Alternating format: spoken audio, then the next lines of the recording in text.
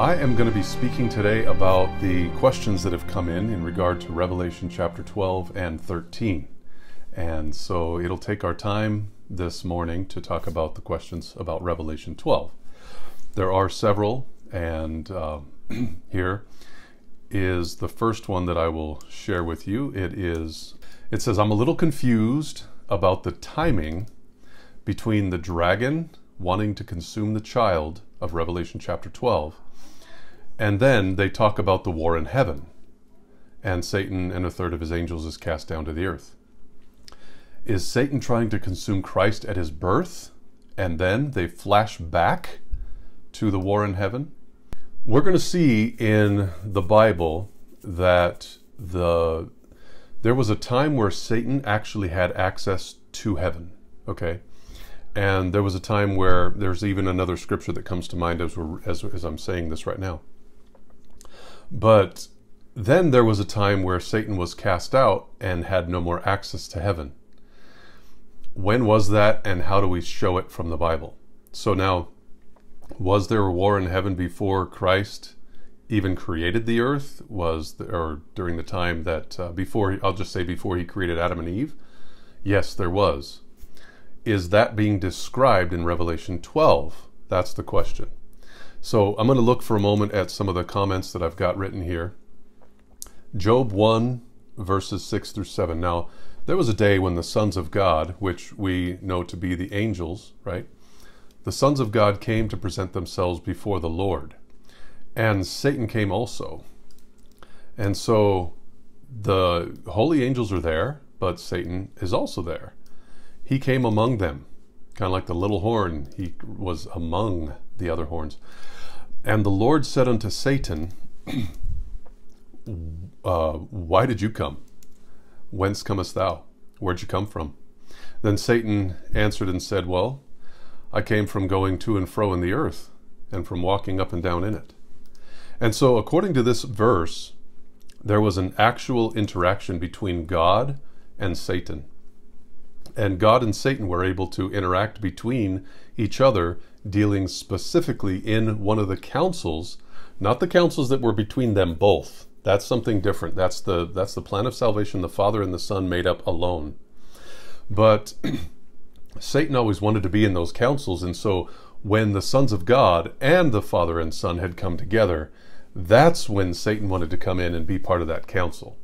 Well, he was already cast out at that point, and so what he does is he shows up and he starts asking, or rather not asking questions, but he starts making comments of where he was, because he was asked that question. So it says here in our next verse, 2 Chronicles chapter 18, verses 18 through 22, again he said, this is, Micaiah. Micaiah is speaking to Jehoshaphat and one of the other kings. I don't remember. I think it was Ahab. I don't recall, but you can look. Maybe you can help me by putting in the notes or just speaking up real quick what king that was. But again, he said, therefore, hear the word of the Lord. I saw the Lord sitting upon his throne. Okay, so that's what Micaiah is seeing.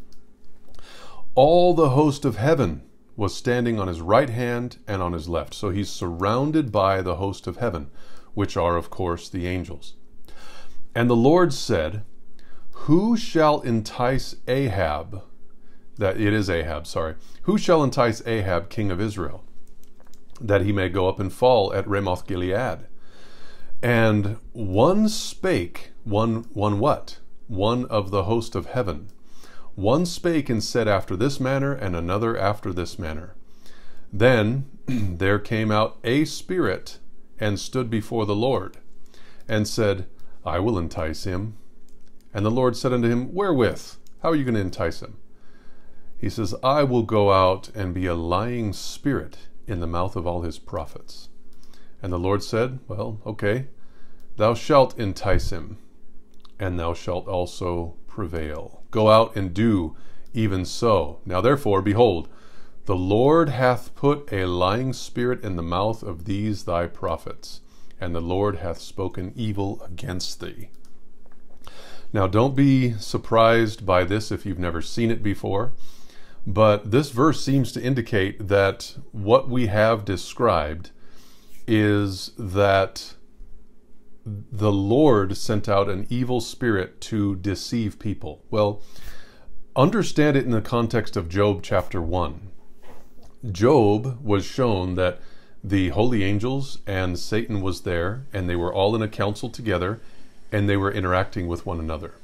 So what happened is there was this activity there in heaven where Satan was there, the Lord was there, and Satan gives a report of what he was doing. It's kind of similar in this 2 Chronicles scenario, where it says in the Bible in 2 Chronicles that Satan was there also amidst those that were in heaven in this council. And so what goes on in that story is that the angels were saying something and another angel was saying something. Finally, one of the evil angels in those kind of councils came up and said, I can do something. It might have been Satan himself, I don't know, but it just says one of the angels. And so when it says that the evil spirit was sent from the Lord, it was because God allowed it. Now, God could have stopped it and said, no, you're not going to go. But because God allowed that spirit to go and entice those evil, the unrighteous prophets and the unwilling to submit to God's will prophets, because God was willing to allow that spirit to go, it happened that God then sent that spirit. So don't get confused with that wording, because it does come up a few times in the Bible. Like, for example, when David was counting the people in the nation of Israel, it says that God sent an evil spirit upon, was that David? I think so, in Samuel. I remember the book, I just don't remember exactly the story. But that's when, of course, Satan was able to be sent by the Lord. And it's because the Lord allowed it. See, if the Lord withdraws himself from a situation, the only other option is that Satan fills that void. There's no blank spots in the universe. As far as humans are concerned and as far as activities, you're either with God or you're not. And so those that are with God have his spirit. Those that are not with God do not have his spirit. You don't have a void of the Spirit of God or the spirit of Satan. And so that's the context that I understand that situation to be in. Now, there was another section that I wanted to show you real quick. It's in the book of Zechariah, chapter 3. He showed me Joshua the high priest. He was standing before the angel of the Lord, and Satan was standing at his right hand to resist him. Now, that word resist actually means accuse. And so the Lord said unto Satan, the Lord rebuke thee, O Satan, even the Lord that has chosen Jerusalem rebuke thee. Is not this a brand plucked out of the fire? And so we have the same interaction with Lucifer or Satan being in heaven before the Lord, and they're interacting, you see. And so this whole scenario of Satan having opportunity to be in heaven is only found in the Old Testament. That's really interesting, because what we can see according to the Bible in Revelation chapter 12, verse 7 and onward, there was war in heaven. Now, when was there war in heaven? Remember, it says that the woman brought forth a man-child. He was to rule all nations with a rod of iron, and her child was caught up unto God. So this child, which was Jesus, the man-child, he's going to rule all nations. There was a question about that we'll deal with later. And that child, Jesus, was caught up unto God and to his throne. And so the woman who was the one that gave forth that child, she ran into the wilderness. She was there for 1,260 days. But then, right immediately afterwards, it says, and there was war in heaven. Now, if you were just to read in the context, you would find that after the man ascends to heaven, being caught up to God and to his throne, after the woman is talked about being in the wilderness, then there was war in heaven. Well, guess what? That's exactly what it's describing. Michael, this is another name for Christ. Now, the scenario of Michael being Christ does not mean that Christ was created. Michael means Lord, the one who is like God. And of course, the one who is like God is the one that was brought forth in the express image of God's person. You can read that in Hebrews chapter 1, verse 2 and 3. And so the one who is like God is also the Lord of hosts. And so Michael, when he comes in 1 Thessalonians chapter 4, verses 16 and onward, when he comes with a shout, with the voice of the archangel, with the trumpet of God, we know that it's Christ. He's the one that speaks. And we also know that in the book of Jude, the Lord rebuke thee. It was Michael that said that. And we also know that it was the angel of the Lord in Zechariah 3 that we just talked about. So there's no question, Michael is simply another name for Jesus, but that does not mean Jesus was created. Jesus was begotten. That there is a difference. So let's continue in this section here in Revelation chapter 12. Michael, that's Christ, and his angels, because they used to commune together and used to meet together, they fought against the dragon. And the dragon fought with his angels, but the dragon did not prevail.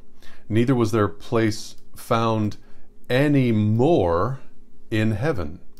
You see, they did have a place in heaven during the times that we read about, where we talked about in Job, in Chronicles, it's also in Kings, but also in Zechariah.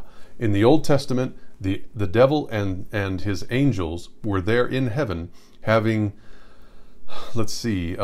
conversations. They were having committees, if you will, to see how it is that they're able to do ministry, evil ministry that is, and how the good angels are able to do good ministry. And so only things that God allows is what occurs to us. Now, so what we can see in this further story is they didn't have a place anymore in heaven. The great dragon was cast out. He no more had a place in heaven where he could be in those councils. He was cast out, that old serpent called the devil and Satan. What does he do? He deceives the whole world. He was cast out to the earth, and his angels were cast out with him. Now notice the context. We're still not finished. Verse 10. I heard with a loud voice saying in heaven, now is come salvation. When? What do you mean now? Well, when Michael, the child, Jesus, was caught up to God, and he was able to sit upon his throne, when Satan was finally vanquished from heaven, he no longer had an opportunity to be there. It says in verse 10, now is come salvation and strength and the kingdom of our God. Why? Because the throne was given to the Son, and the Father who gave the throne to his Son, his kingdom is sure. Why is it sure? Because he, God, did not lie. He showed the truth through his Son, that a human could live in the kingdom of the enemy without submitting to his kingdom authority. God was able to sustain his Son by his own Spirit and the power of his Christ. Okay?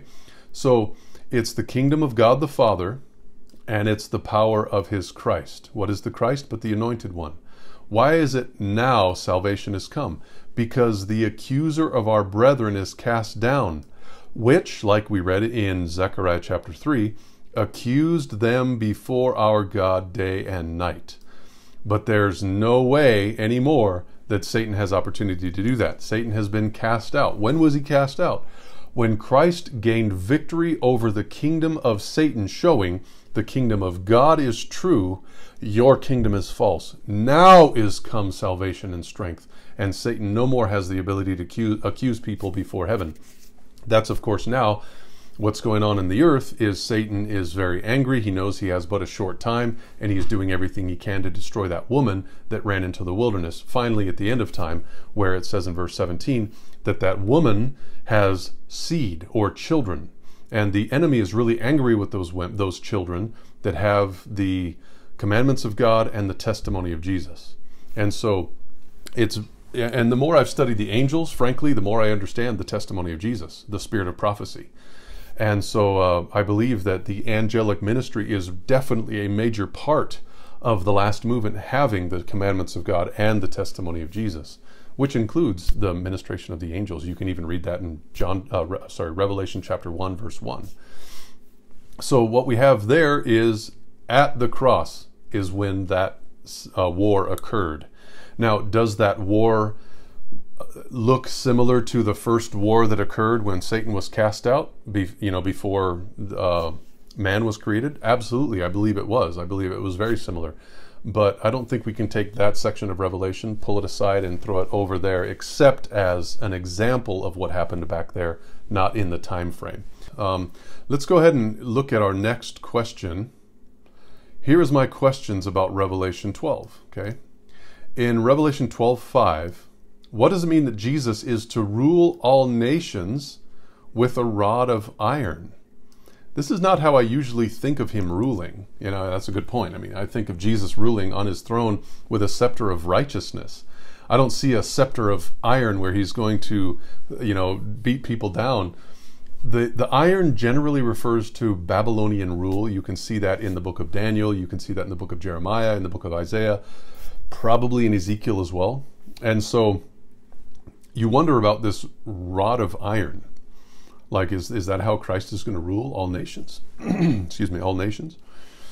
So what I did is I found a few verses. I'd never asked the question before, so this is new to me, and I feel as though I understand a little bit about it, but I can't say I understand all the details, having studied it for years, and I won't understand all the details until I'm able to ask Christ personally, like, what did you mean? I used to say that when I'm in heaven, I would ask God to recreate my Bible.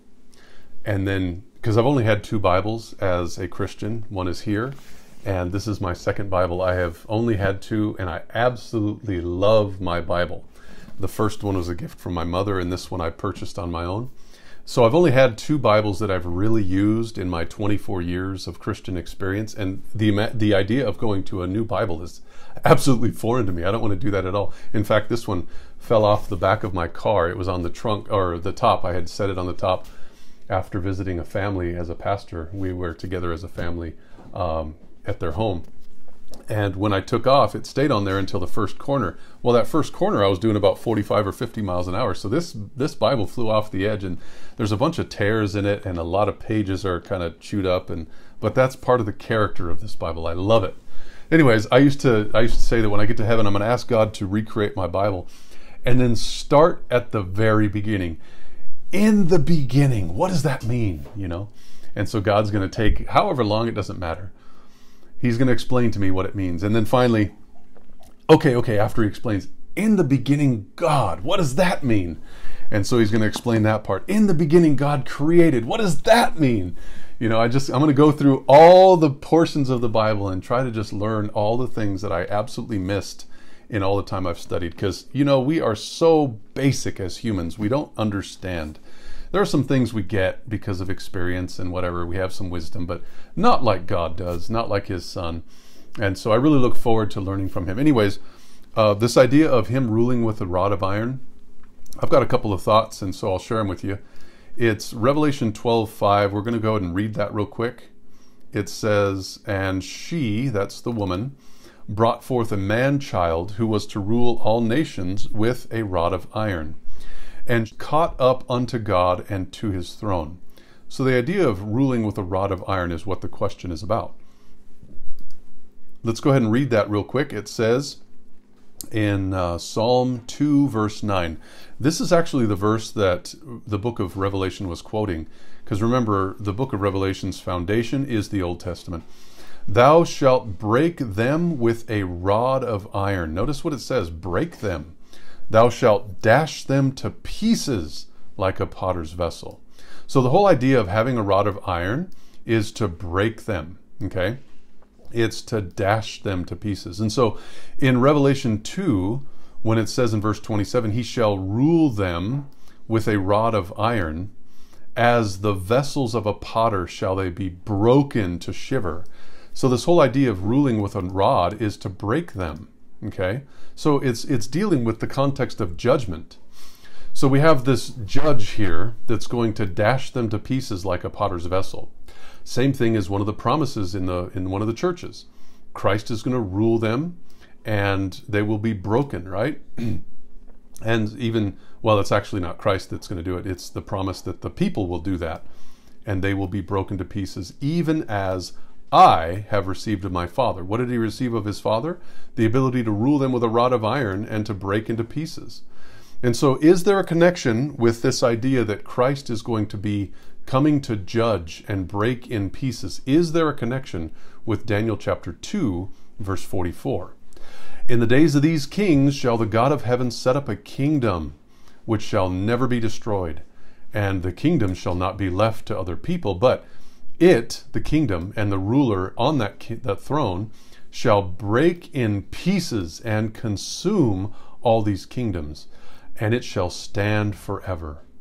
And so the whole idea of being brought forth and to rule all nations with a rod of iron seems to me as though it's reflecting the kingdom rule and the judgment that's coming. Because remember in Revelation 19 verse 15, it says when he's coming, out of his mouth goes a sharp sword, and with that sword, which could very well be iron, a rod of iron, the sharp sword, what will he do? He will smite the nations, and he will rule them with that rod of iron, his word. He will judge them, and he treadeth the winepress of the fierceness and wrath of Almighty God. So how does he do this? Of course, he does it with his feet. He treads out the winepress with his feet. The above, it's God's response to a physical and spiritual kingdom of this world. So God is going to send his son in response to judge the world because of the Babylonian rule. Notice what happens with this Babylonian rule. After this I saw in the night visions, and behold, there was a fourth beast, dreadful and terrible, strong exceedingly. And it had great iron teeth, kind of like an iron rod. What did he do with those iron teeth? He broke in pieces and stamped the residue with the feet of it. And it was diverse from all the beasts that were before it, and it had 10 horns. Verse 19 of that same chapter. Then I would know the truth of the fourth beast, which was diverse from all the others.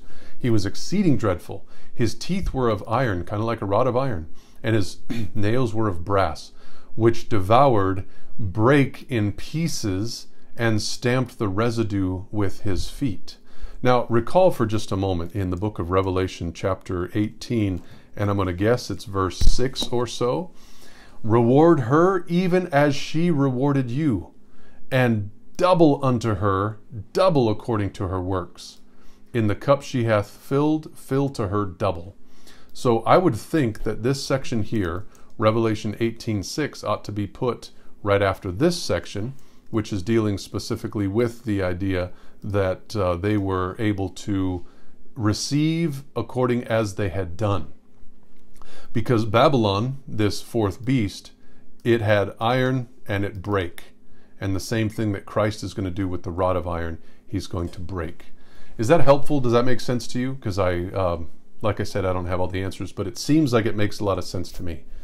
Maybe I can share the next section of questions here.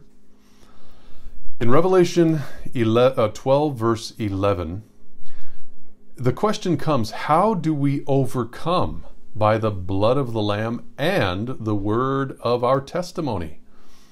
I've always thought that our testimony should be overcoming, but have never really thought of how we overcome by our testimony. Really good question. And so I want to ask just, not ask really, but just kind of direct for a moment. In these situations where you don't understand a setting, it's really good to try to understand the context. And it sounds so simple. I know that we as Bible students, we always look at the context. But in this setting, had the questioner asked the context, it would have just made probably sense right away. But I'll show you what I mean. And then we'll, of course, go into further comments on this. Revelation 12, verse 10. So this is the previous verse, because the one that we're asking about is 11. I heard a loud voice saying in heaven, now has come salvation and strength in the kingdom of our God and the power of his Christ. Why? For the accuser of our brethren is cast down. So he accuses us. He accused them before our God day and night. And they overcame him. How? They overcame the accusations because of the blood of the Lamb and by the word of their testimony. So this is a judgment scenario. We have the accuser of the brethren. Christ is now ruling with his Father in the kingdom of his God. And we have an accuser there. So we have the kingdom of God and of Christ. Those are the judges, if you will. Christ has been committed specifically the judgment accusation, as you can read in John chapter 6. Well, the accuser is there, and he can't do it anymore in heaven, but he's certainly doing it on earth. And what is he bringing up? Well, our records. Our records can either be covered by the blood of the Lamb or the word of our testimony, which includes our actions. And they didn't love their lives, even unto the death. So some of these people gave their lives because of their faith in the Father and his Son. And so in this judgment scenario, it seems to me that we have the description of Satan trying to accuse, but people being able to overcome by the blood and their actions. Now, what do I mean by their actions? Let's look a little further into that section, because in Zechariah 3 verses 1 through 7, just as we had read earlier, I'm going to read it a little bit more here, and we're going to try to understand a little more in depth. He, that's the angel, showed me Joshua the high priest standing before the angel of the Lord. And Satan was there resisting, or rather Satan standing at his right hand to resist him. Now that word, as I said earlier, is accuse in the Hebrew. So Satan, what is he doing? He's accusing them, just as he had done before. He accuses them day and night in Revelation chapter 12. Well, so this is what's happening. He's standing before the angel of the Lord, which is Jesus Christ or Michael, and he is resisting or accusing them. This showed me Joshua. That's who he's accusing, which is the priest of the Lord. He is the high priest at the time. The Lord said unto Satan, the Lord rebuke thee, O Satan, even the Lord that hath chosen Jerusalem rebuke thee. So the one that represents Jerusalem, you are accusing, but I rebuke you. Why? Is not this a brand that I have plucked out of the fire? So he would have been consumed by the fire, but nope, I have plucked him out of the fire. And this idea of a brand being plucked out of the fire may also refer to the purification process, because I've read it before, but I'll read it again. It's in Psalm 12 verse 6. The words of the Lord are pure words, as silver is tried in a furnace of the earth, purified 7 times. So this idea of the brand plucked out of the fire many times is for purification. So the Lord is saying, haven't I purified him by fire? That could be what he's saying. I'd have to study that further. Now, verse 3 of Zechariah chapter 3. It says, now Joshua was clothed with filthy garments and stood before the angel. So these filthy garments, what does it represent? It represents his words, his deeds, his actions. And so by the blood of the Lamb, his filthy garments are cleansed. And by the works that Joshua has done, the word of his testimony, or actually the testimony that he's chosen, which is Christ's testimony, he is going to be cleansed. We'll see that in verse 4. And he answered and spake unto those that stood by, saying, do what? Take away those filthy garments from him. I think this is important to understand. The gospel is not that Christ puts a pure garment over your filthy garments. No. He says, take away the filthy garments, and then he puts on the garment of righteousness. So let's see what happens here. Take away the filthy garments from him. And unto him he said, behold, I have caused those filthy garments, your iniquities, to pass from thee, and I will clothe thee with a change of raiment. So you must be naked before you're clothed. And if you're naked without being clothed, you're just, completely as bad as you would be, full of iniquity. So that's why the shame of your nakedness doesn't want to be found in the book of Revelation 16. Notice what it says in verse 5. I said, let them set a fair mitre upon his head. You know that fair mitre? When you look at it in the Old Testament, it actually says, holy. There's a stamp on it, holiness to the Lord. So they set a fair mitre upon his head and clothed him with garments. What garments? It was the garments of Christ, the righteous garments. And the angel of the Lord stood by.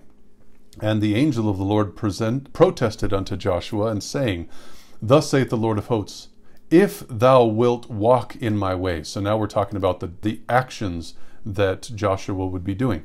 If thou wilt walk in my ways, and if thou wilt keep my charge, then, and only then, thou shalt also judge my house, and shalt also keep my courts, and I will give thee places to walk among these that stand by. Who are these that stand by? They are the angels. And so we can see in that story of Zechariah chapter 3 an interaction between Christ and Satan and his people, Joshua representing Jerusalem, being discussed. And so the only way that Joshua was able to overcome was by the blood of the Lamb and by the word of his testimony. Now, his testimony is what lives out in his people. And so it's really not my testimony, it's Christ's testimony in me. That's what the whole justification by faith scenario is in the third angel of Revelation chapter 14, verse 12. Here is the patience of the saints. Here are they that keep the commandments of God the Father through the faith of his Son. It's not through our faith or faith in his Son. It is Christ's faith. And so it is the testimony of him that lived and died for us. That's the faith that we need. And so the word of his testimony is the one that will enable us to overcome. It's the blood of the Lamb, and it's the word of his testimony. And so I really like that scenario, how we can see and understand that we don't overcome by our own grit, our own strength, our own struggling against sin, resisting unto blood, even shedding of blood. Christ has done that for us. We need to be deader, not better. So the deader I am, the more that Christ will be living his life out in me. The less of my spirit that I follow, the more of his spirit I will follow. And so that's Christ in you, the hope of glory. Let this mind be in you, which was also in Christ Jesus. And so I'm going to look here a little bit more at the comments that I have, because I've got a whole bunch of scriptures that are going to help us understand the idea of our lives testifying so that we can be victorious or overcoming by the blood of the Lamb and by the word of our testimony, the word of his testimony. So in Ecclesiastes 12, 13, and 14, let us hear the conclusion of the whole matter. Fear God and keep his commandments, for this is the whole duty of man. For God shall bring every work into judgment with every secret thing, whether it be good or whether it be evil.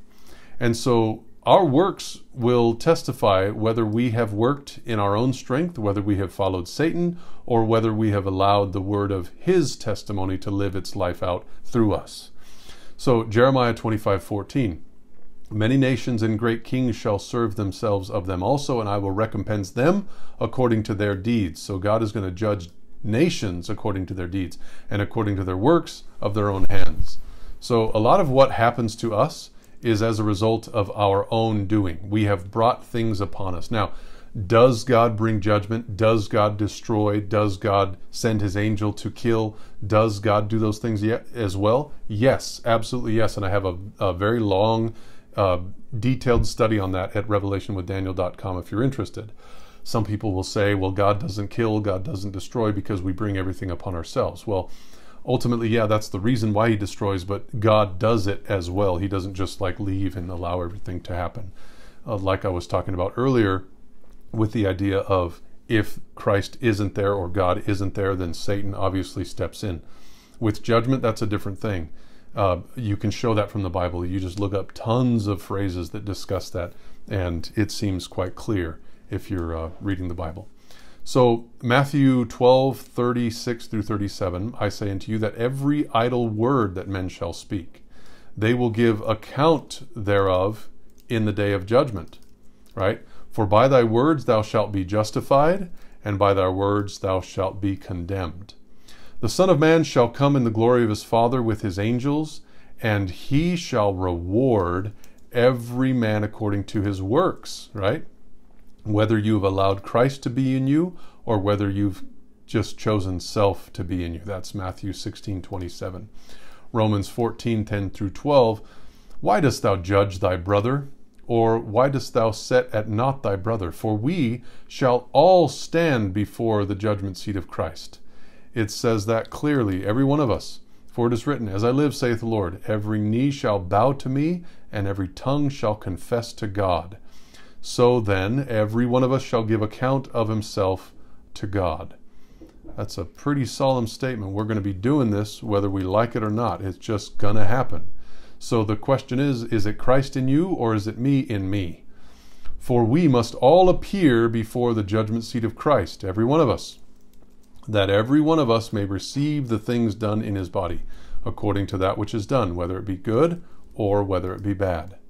And so verse 2 Corinthians 11:14, no marvel, for Satan himself is converted or transformed into an angel of light. Therefore, it is no great thing if his ministers also be transformed as ministers of righteousness, whose end shall be according to their works. In other words, they're going to be judged by their works just like everybody else. Alexander the coppersmith, according to 2 Timothy 4:14, did me much evil. The Lord reward him according to his works. And so that was kind of like a plea that Paul was pleading for Alexander, that the Lord would reward him. I've done that too. There are some people that are just, Lord, you're going to have to just do to them what they've done to me. I will kill her children, it says in Revelation 2:23, and all the churches shall know that I am he which searches the reins and hearts. I will give unto every one of you according to your works. Revelation 18:6, reward her even as she rewarded you, and double unto her double according to her works. Of course, in the cup which she hath filled, fill to her double. So Babylon's going to get a really serious judgment, because it's not only what you get because of what you've given, but she gets double. And so 20 verse 12, I saw the dead, small and great, stand before God, and the books were opened, the books of our deeds, and another book was opened, which is the book of life, and the dead were judged out of those things which were written in the books, according to their works. So we can see right at the very end of time, that's what happens. The sea gave up the dead which were in it, and the death and hell delivered up the dead which were in them, and they were judged, every man according to their works. Finally, here in verse 12, behold, I come quickly, and my reward is with me, to give every man according as his work shall be. Finally, this is the question. I heard a loud voice saying in heaven, now is come salvation and strength, the kingdom of our God and the power of his Christ. For the accuser of our brethren is cast down, which accused them before our God day and night. How did he accuse them? It was because of their sins. It was because of their life. But it says they overcame Satan by the blood of the Lamb. That's how we are forgiven. That's why the filthy garments are taken away from us. And by the word of their testimony, which is Christ in you, they were able to receive the acquittal, if you will, in the judgment. And they loved not their lives unto the death. So that's the finality of the questions and comments that I have in regard to that section of the Bible and the question about overcoming. I feel as though it is all about Christ, his blood, and his life in us.